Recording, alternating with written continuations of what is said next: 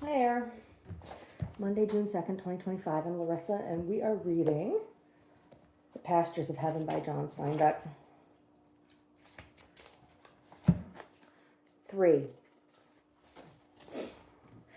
Edward Wicks lived in a small, gloomy house on the edge of the country road in the Pastures of Heaven.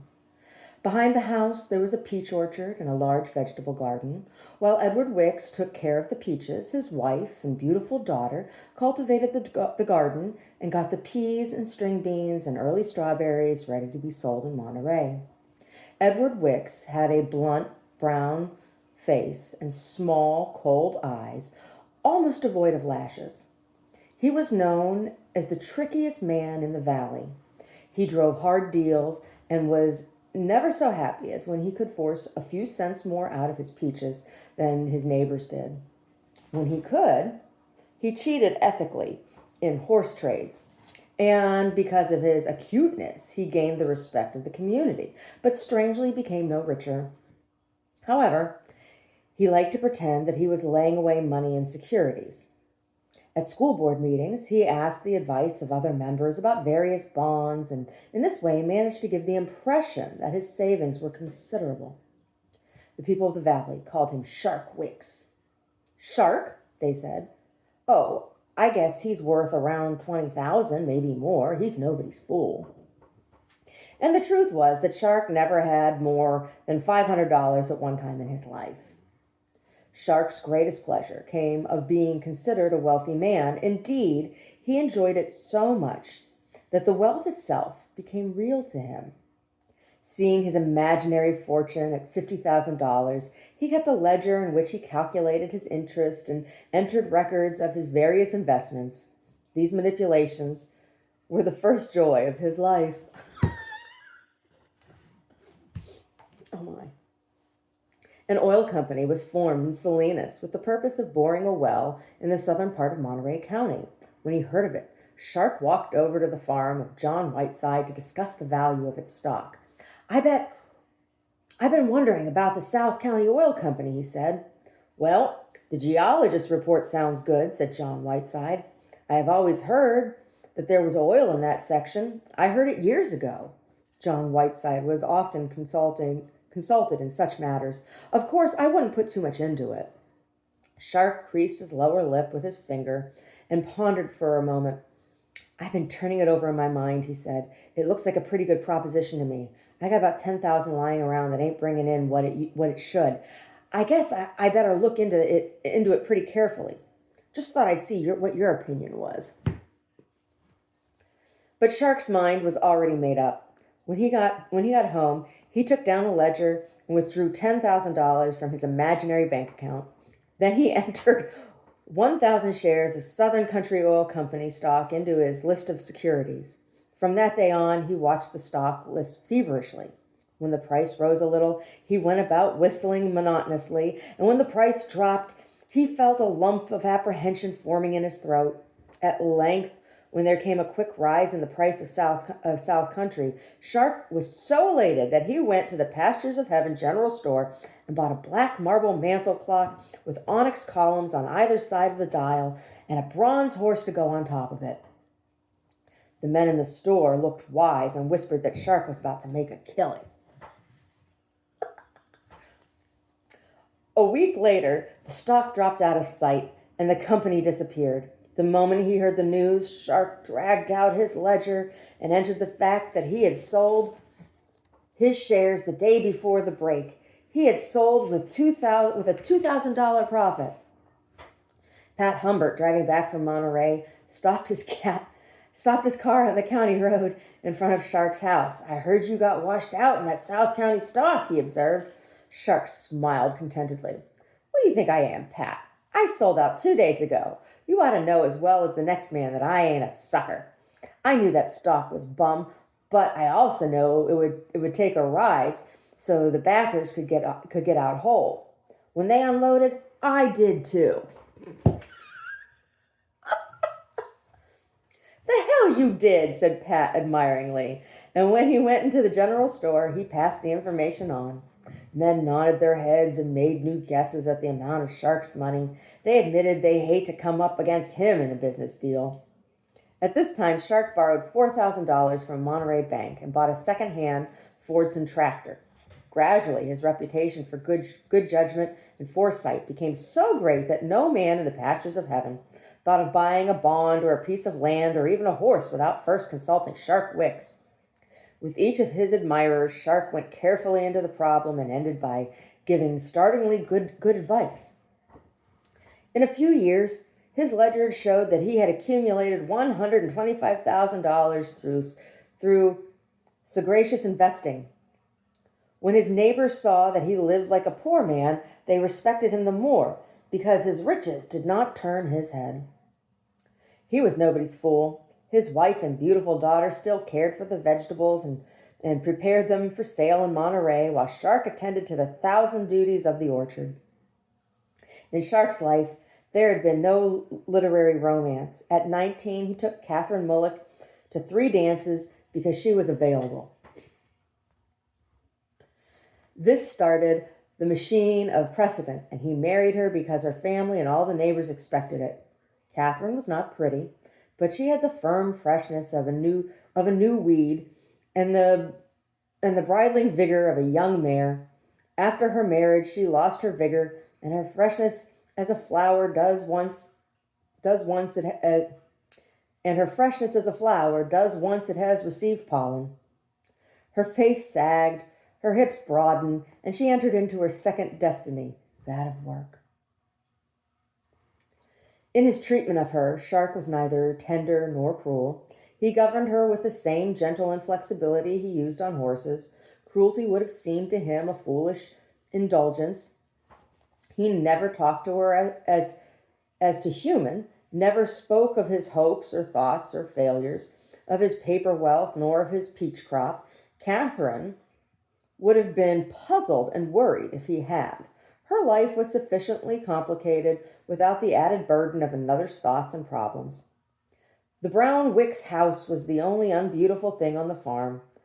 The trash and litter of nature disappears into the ground with the passing of each year, but man's litter has more permanence. The yard was strewn with old sacks, with papers, bits of broken glass, and tangles of baling wire. The only place on the farm where grass and flowers would not grow was the hard-packed dirt around the house, dirt made sterile and unfriendly by empty tubs of soapy water.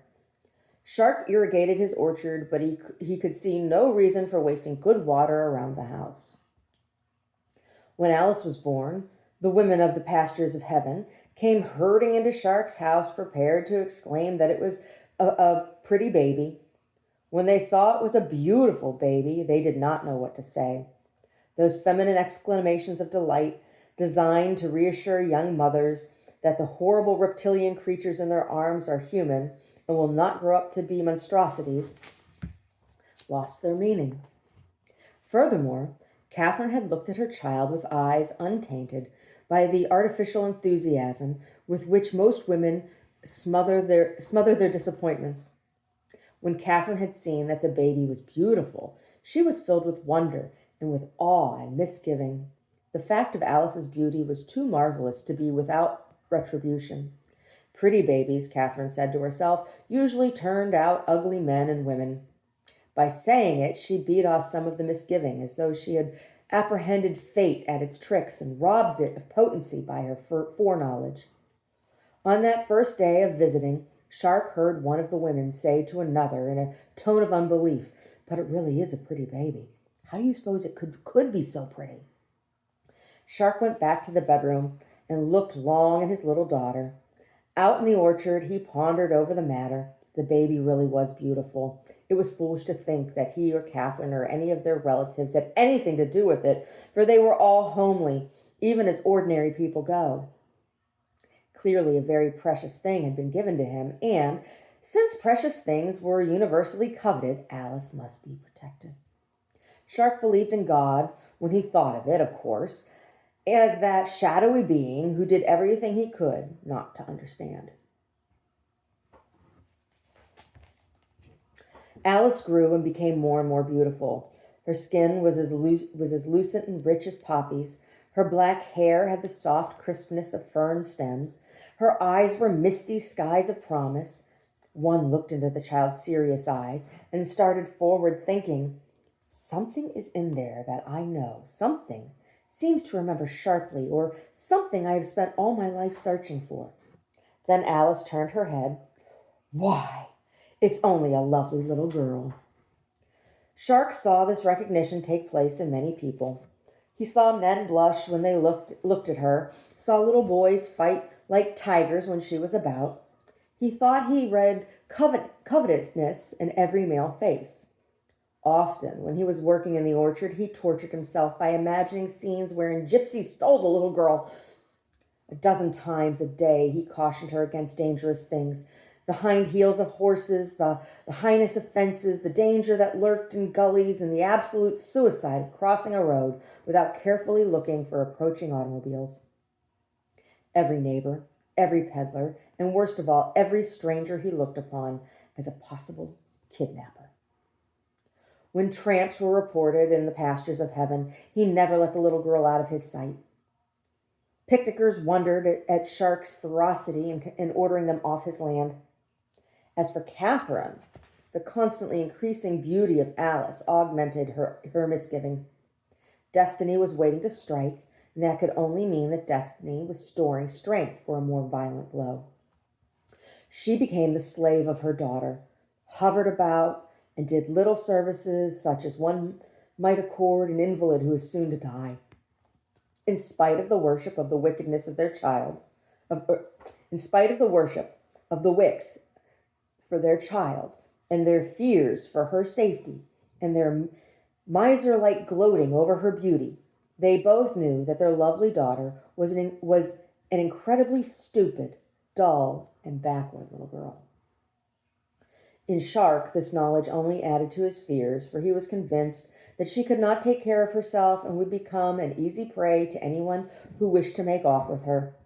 But to Catherine, Alice's stupidity was a pleasant thing, since it presented so many means by which her mother could help her.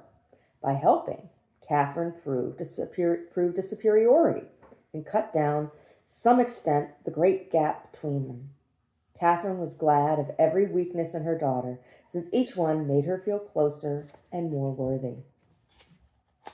When Alice turned 14, a new responsibility was added to the many her father felt concerning her. Before that time, Shark had only feared her loss or disfigurement. But after that, he was terrified at the thought of her loss of chastity. Little by little, through much dwelling on the subject, this last fear absorbed the other two. He came to regard the possible defloweration of his daughter as both loss and disfigurement. From that time on, he was uncomfortable and suspicious when any man or boy was near the farm. The subject became a nightmare to him. Over and over he cautioned his wife never to let Alice out of her sight. You just can't tell what might happen, he repeated, his pale eyes flaring with suspicions. You just can't tell what might happen. His daughter's mental inadequateness greatly increased his fear. Anyone, he thought, might ruin her. Anyone at all who was left alone with her might misuse her. And she couldn't protect herself because she was so stupid. No man ever guarded his prize bitch when she was in heat more closely than Shark watched his daughter. After a time, Shark was no longer satisfied with her purity unless he had been assured of it. Each month he pestered his wife. He knew the dates better than she did. Is she all right? He asked wolfishly. Catherine answered contemptuously, not yet. A few hours later, is she all right? He kept this up until at last Catherine answered, of course she's all right. What do you think? This answer satisfied Shark for a month, but it did not decrease his watchfulness. The chastity was intact, therefore it was still to be guarded. Shark knew that sometime Alice would want to be married, but often as the thought came to him, he put it away and tried to forget it, for he regarded her marriage with no less repugnance than her seduction. She was a precious thing, to be watched and preserved. To him, it was not a moral problem, but an aesthetic one. Once she was deflorated, She would no longer be the precious thing he treasured so. He did not love her as a father loves a child. Rather, he hoarded her and gloated over the possession of a fine, unique thing. Gradually, as he asked his question, "Is she all right?" Month by month, this chastity came to symbolize her health, her preservation, her intactness. One day, when Alice was 16, Shark went to his wife with a worried look on his face. "You know, we really can't tell if she's all right. That is, we couldn't really be sure unless we took her to a doctor." For a moment, Catherine stared at him, trying to realize what the words meant. Then she lost her temper for the first time in her life. "You're a dirty, suspicious skunk," she told him. "You get out of here. And if you ever talk about it again, I'll go away." Shark was a little astonished, but not frightened at her outburst. He did, however, give up the idea of a medical examination and merely contented himself with his monthly question. Meanwhile, Shark's ledger fortune continued to grow. Every night after Catherine and Alice had gone to bed, he took down the thick book and opened it under the hanging lamp. Then his pale eyes narrowed and his blunt face took on a crafty look while he planned his investments and calculated his interest. His lips moved slightly, for now he was telephoning an order for stock. A stern and yet sorrowful look crossed his face when he foreclosed a mortgage on a good farm. "I hate to do this," he whispered. "You folks got to realize it's just business." Shark wetted his pen in the ink bottle and entered the fact of the foreclosure in his ledger. "Lettuce," he mused. "Everybody's putting in lettuce. The market's going to be flooded. It seems to me I might put in potatoes and make some money. That's fine bottom land." He noted in his book the plotting of 300 acres of potatoes. His eye traveled along the line. $30,000 lay in the bank, just drawing bank interest. It seemed a shame. The money was perfectly idle. A frown of concentration settled over his eyes. He wondered how San Jose building and loan was. It paid 6%. It wouldn't do to rush into it blindly without investigating the company. As he closed the ledger for the night, Shark determined to talk to John Whiteside about it. Sometimes those companies went broke, and officers absconded, he thought uneasily. Before the Monroe family moved into the valley, Shark suspected all men and boys of evil intent toward Alice, but when once he had set eyes on young Jimmy Monroe, his fear and suspicion narrowed until it had all settled upon the sophisticated Jimmy. The boy was lean and handsome of face, his mouth was well developed and sensual, and his eyes shone with that insulting cockiness high school boys assume. Jimmy was said to drink gin. He wore town clothes of wool, never overalls. His hair shone with oil, and his whole manner and posture were of a rakishness that set the girls of the pastures of heaven giggling and squirming with admiration and embarrassment. Jimmy watched the girls with quiet, cynical eyes and tried to appear dissipated for their benefit. He knew the young girls were vastly attracted to young men with pasts. Jimmy had a past. He had been drunk several times at the Riverside Dance Palace, and he kissed at least 100 girls, and on 3 occasions he had sinful adventures in the willows by the Salinas River.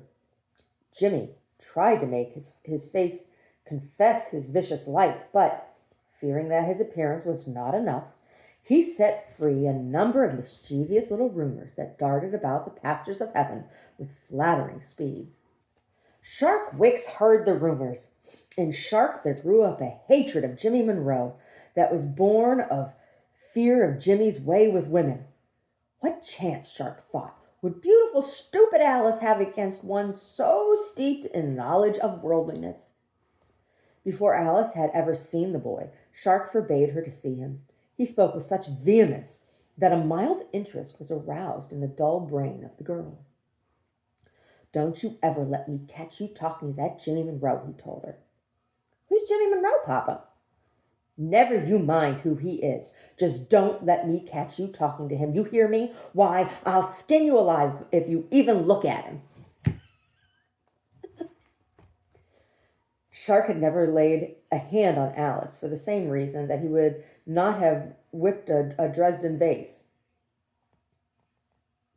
He even hesitated to caress her for fear of leaving a mark. Punishment was never necessary. Alice had always been a good and trackable child.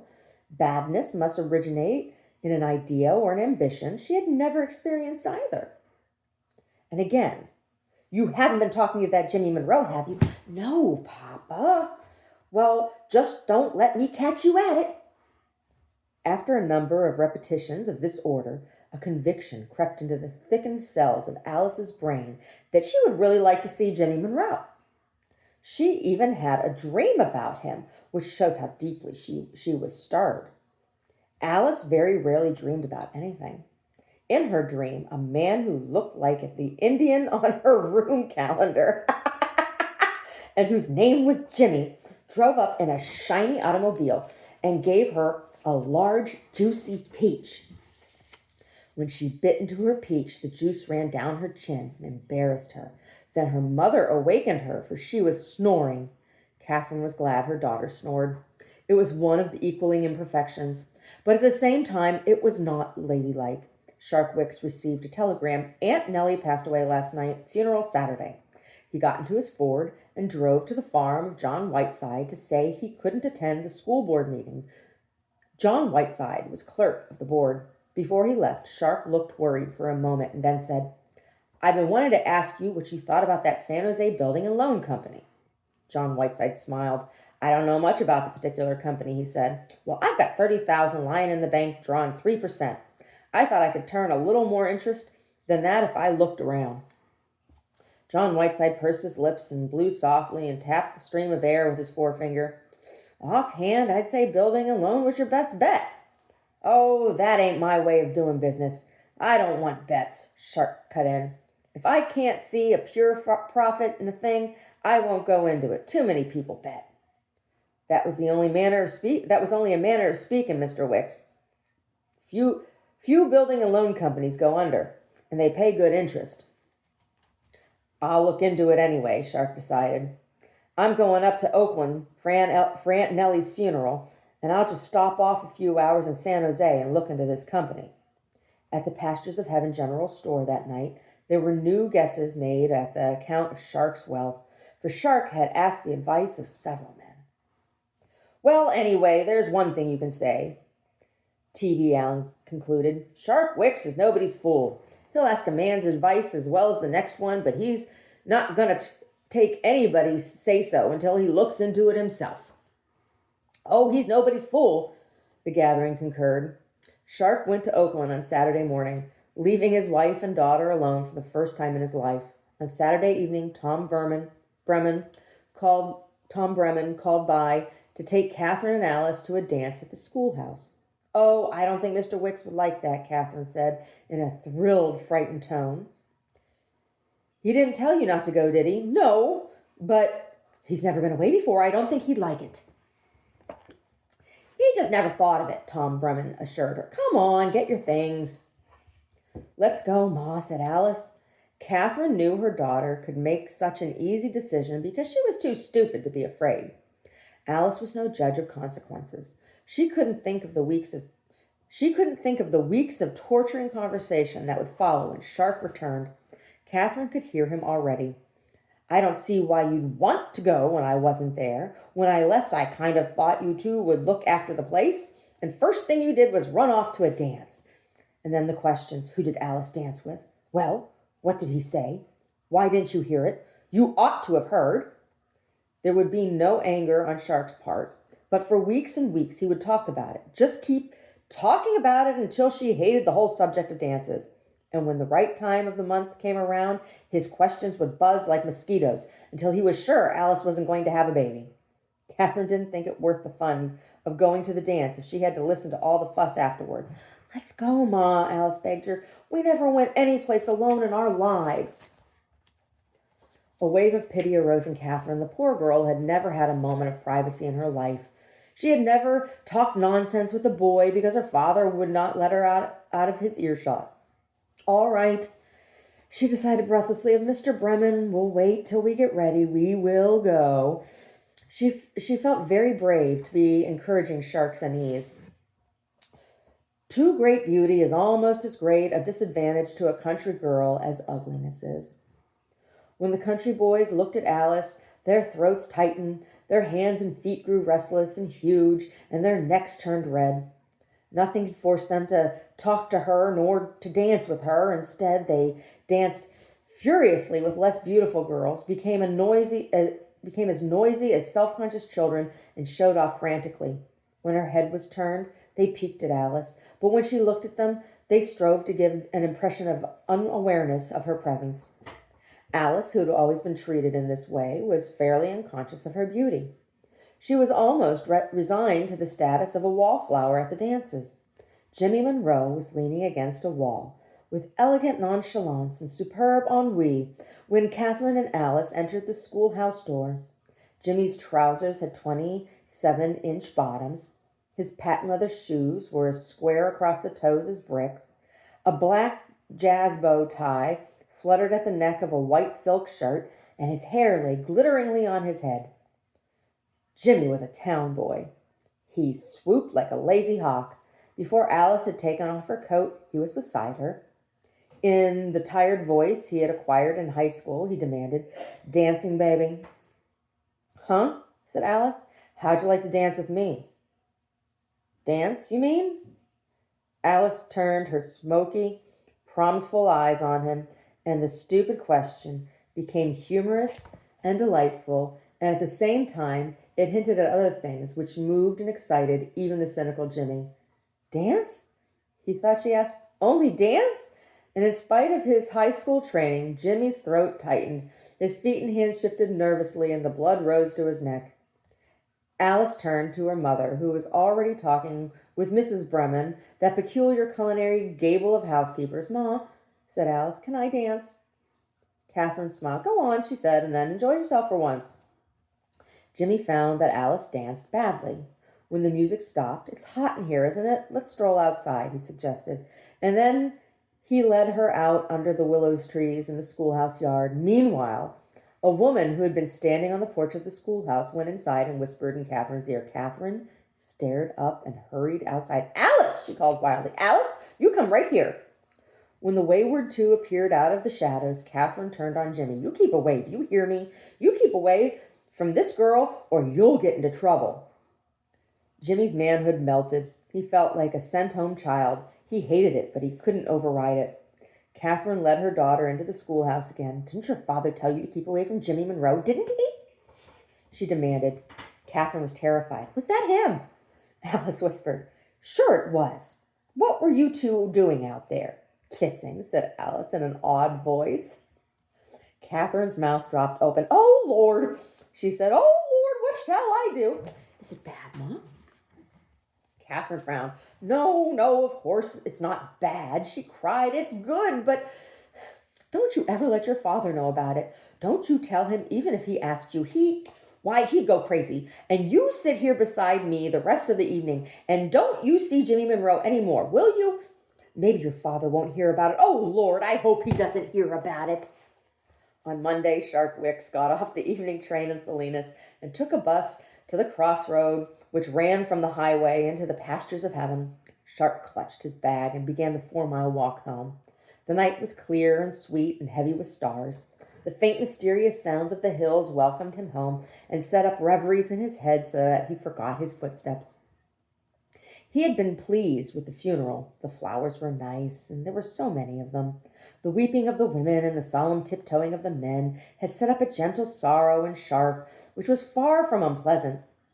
Even the profound ritual of the church, which no one understands nor listens to, had been a drug which poured sweet, mysterious juices into his body and his brain. The church opened and closed over him for an hour, and out of his contact he had brought the drowsy peace of strong flowers and drifting incense and the glow of relationship with eternity. These things were wrought in him by the huge simplicity of the burial. Shark had never known his Aunt Nellie very well, but he had thoroughly enjoyed her funeral. In some way his relatives had heard of his wealth, for they treated him with deference and dignity. Now, as he walked home, he thought of these things again, and his pleasure speeded up the time. shortened the road, and brought him quickly to the Pastures of Heaven General Store. Shark went in, for he knew he could find someone in the store who would report on the valley and its affairs during his absence. T.B. Allen, the proprietor, knew everything that happened, and also he enhanced the interest of every bit of news by simulating a reluctance to tell it. The most stupid piece of gossip became exciting when T.B. had it to tell. No one but the owner was in the store when Shark entered. T.B. let down his chair back from the wall, and his eyes sparkled with interest. "Hear you been away?" he suggested in a tone that invited confidence. "Been up to Oakland," said Shark. "I had to go to a funeral. Thought I might as well do some business at the same time." T.B. waited as long for elaboration as he thought decent. "Anything happen, Shark?" "Well, I don't know if you call it that. I was looking into a company." "Put any money in?" T.B. asked respectfully. "Some." Both men looked at the floor. "Anything happen while I was gone?" Immediately a look of reluctance came over the face of the old man. One read a dislike for saying just what had happened, a natural aversion for scandal. "Dance at the schoolhouse," he admitted at last. "Yes, I knew about that." T.B. squirmed. Apparently there was a struggle going on in his mind. Should he tell Shark what he knew for Shark's own good, or should he keep all the knowledge to himself? Shark watched the struggle with interest. He had seen others like it many times before. "Well, what is it?" he prodded. "I hear there might be a wedding pretty soon." "Yeah? Who?" "Oh, pretty close to home, I guess." "Who?" Shark asked again.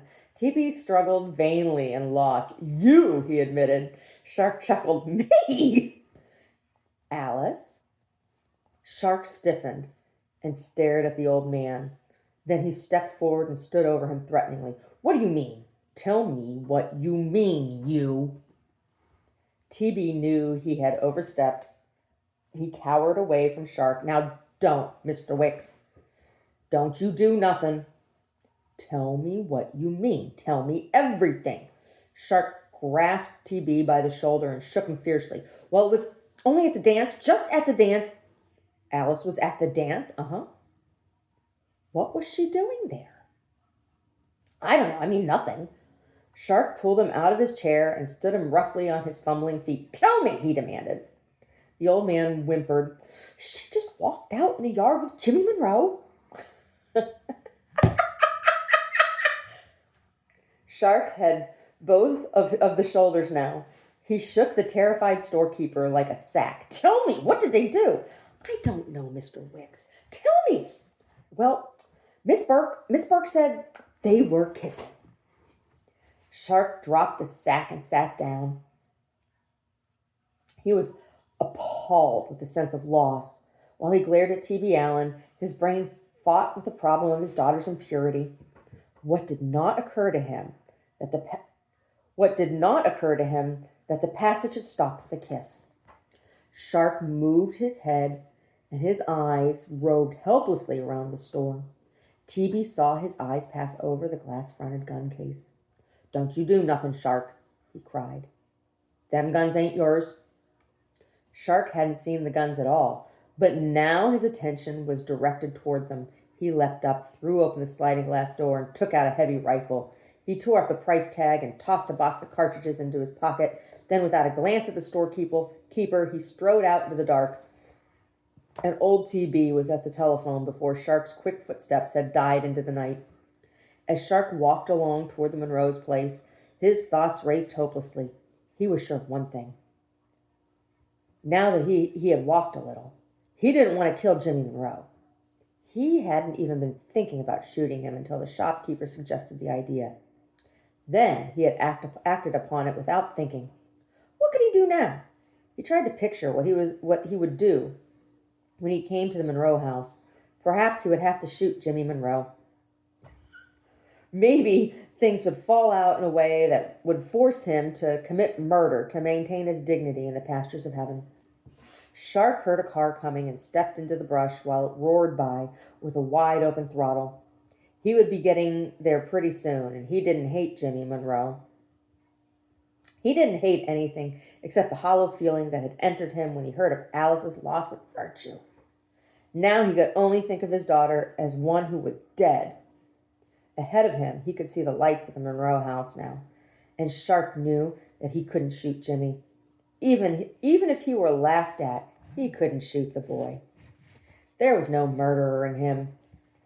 He decided that he would look in at the gate and then go along home.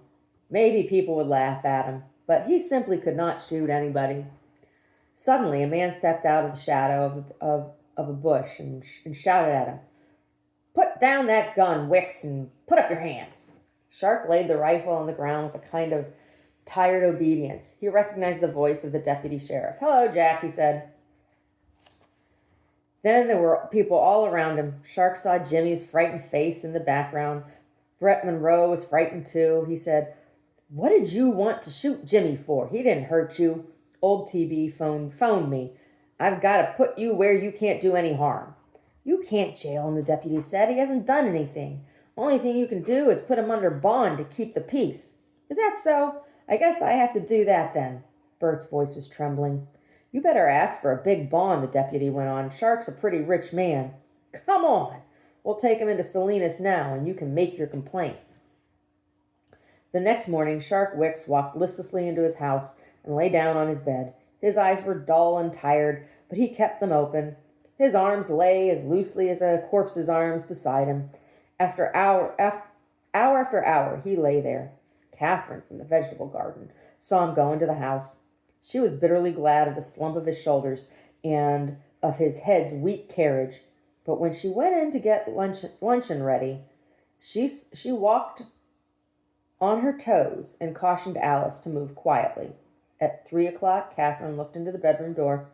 "Alice was all right," she said. "You should have asked me before you did anything." Shark did not answer her, nor change his position. "Don't you believe me?" The loss of vitality in her husband frightened her. "If you don't believe me, we can get a doctor. I'll send for one right now if you don't believe me." Shark's head did not turn. "I believe you," he said lifelessly. As Catherine stood in the doorway, a feeling she had never experienced crept into her. She did a thing she had never contemplated in her life. A warm genius moved in her. Catherine sat down on the edge of the bed and with a sure hand took Shark's head in her lap. It was an instinct, and the same sure, strong instinct set her hand to stroking Shark's forehead. His body seemed boneless with defeat. Shark's eyes did not move from the ceiling, but under the stroking he began to talk brokenly. "I haven't any money," his monotonous voice said. "They took me in and asked for $10,000 bond. I had to tell the judge. They all heard. They all know I haven't any money. I never had any. Do you understand? That ledger was nothing but a lie. Every bit of it was lies. I made it all up. Now everybody knows. I had to tell the judge." Catherine stroked his head gently, and the great genius continued to grow in her. She felt larger than the world. The whole world lay in her lap, and she comforted it. Pity seemed to make her huge in stature. Her soothing breasts yearned toward the woe of the world.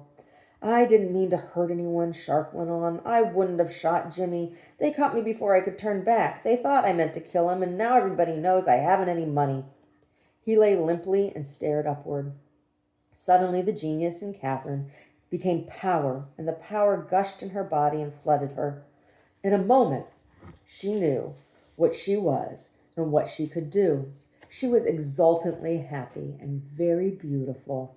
"You've had no chance," she said softly. "All of your life, you've been out on this farm, and there's been no chance for you. How do you know you can't make money? I think you can. I know you can." She had known she could do this. As she sat there, the knowledge of her power had been born in her, and she knew that all of her life was directed at this one moment. In this moment she was a goddess, a singer of destiny. It did not surprise her when his body gradually stiffened. She continued to stroke his forehead. "We'll get out of here," she chanted. "We'll sell this ranch and go away from here. Then you'll get a chance you never had. You'll see. I know what you are. I believe in you." Shark's eyes lost their awful listlessness. His body found strength to turn itself. He looked at Catherine and saw how beautiful she was in this moment, and, as he looked, her genius passed into him. Shark pressed his head tightly against her knees. She lowered her head and looked at him. She was frightened now. The power was leaving her. Suddenly, Shark sat up on the bed. He had forgotten Catherine, but his eyes shone with the energy she had given him. "I'll go soon," he cried. "I'll go just as soon as I can sell the ranch. Then I'll get in a few licks. I'll get my chance then. I'll show people what I am."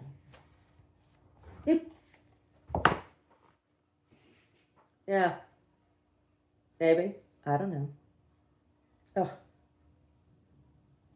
Oh, some ways, Shark reminds me of my father. Not the money stuff. My father was never somebody to put on airs of something that he didn't have. But, like, my family was very, very prudish and strict, particularly with me. Um, my sisters, they got to do whatever the hell they wanted, whenever the hell they wanted, right? But like I bore the brunt of punishment and rules. I had to work while my sisters had everything given to them, all this kind of stuff, right? And in my parents' strictness to try to protect me, I got pimped out. I got sex trafficked, right? Because they couldn't see the forest for the trees, right? They trusted the wrong people, right? That's the stupidity of rigidness. That's great. That's a great story, huh? It's a really great story. I'm not sure. Was Alice really stupid, or was she just overprotected? You don't really know anything about Alice, right? Other than what you're directly told, right? You're told that she's stupid. Father thought she was stupid. Yeah. Interesting. It's a really poignant portrait of sexism, an illustration of sexism from the 30s. Really interesting. Anyway.